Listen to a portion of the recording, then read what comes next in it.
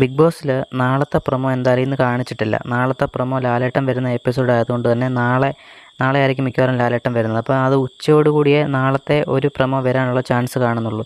എന്തായാലും നാളത്തെ പ്രൊമോ വന്നില്ലെങ്കിലും നമുക്ക് അറിയാം നാളെ 2 പേരെന്തായാലും ഹൗസിൽ നിന്ന് പുറത്താകാനുള്ള ചാൻസ് വളരെയധികം കൂടുതലാണ്. അതിനകത്തിൽ ഗബ്രിയാണ് ഒന്നാമത്തെ ആൾ, രണ്ടാമത്തെ നോറയാണ്. ഗബ്രി പുറത്തു പോകാനുള്ള ചാൻസ് വളരെയധികം കൂടുതലാണ്. കാരണം ഗബ്രിക്ക് നമുക്ക് വളരെയധികം പ്രേക്ഷക പിന്തുണ ഇപ്പോൾ വളരെയധികം കുറവാണ്.